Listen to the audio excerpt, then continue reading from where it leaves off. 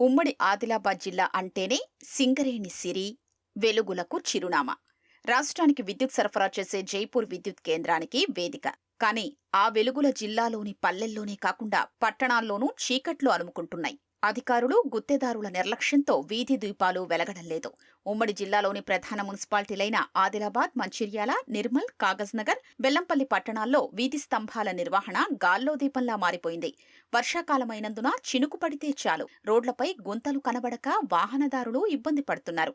Adilabad municipality పరిధిలో 14,000 వీధి స్తంభాలుంటే 3,500 వెలగడం లేదని అధికారులే చెబుతుండడం పరిస్థితి తీవ్రతకు అద్దం పడుతోంది.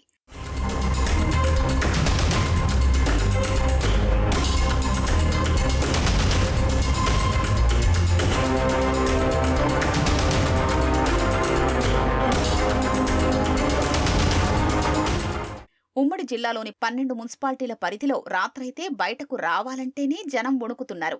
చిమ్మ చీకట్లలో రోడ్లపై గుంతలు కనబడక వాహనదారులు ఇబ్బంది పడాల్సొస్తోంది.